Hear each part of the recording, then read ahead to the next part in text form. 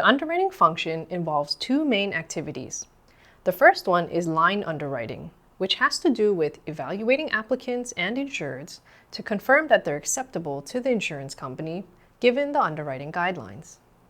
Line underwriters must also classify and price accounts by deciding what risk group the insured would fall under so they can set their price appropriately.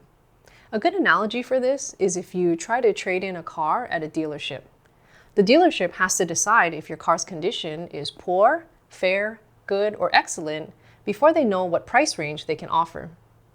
Besides line underwriting, the second main activity is staff underwriting.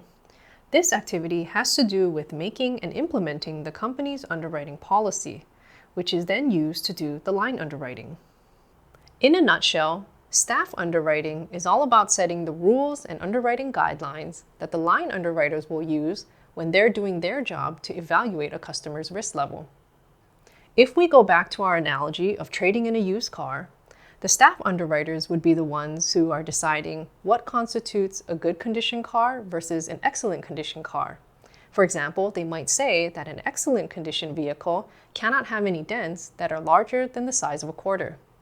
The line underwriters then are the ones who examine the car for dents, and they ultimately classify the car into the good or excellent category.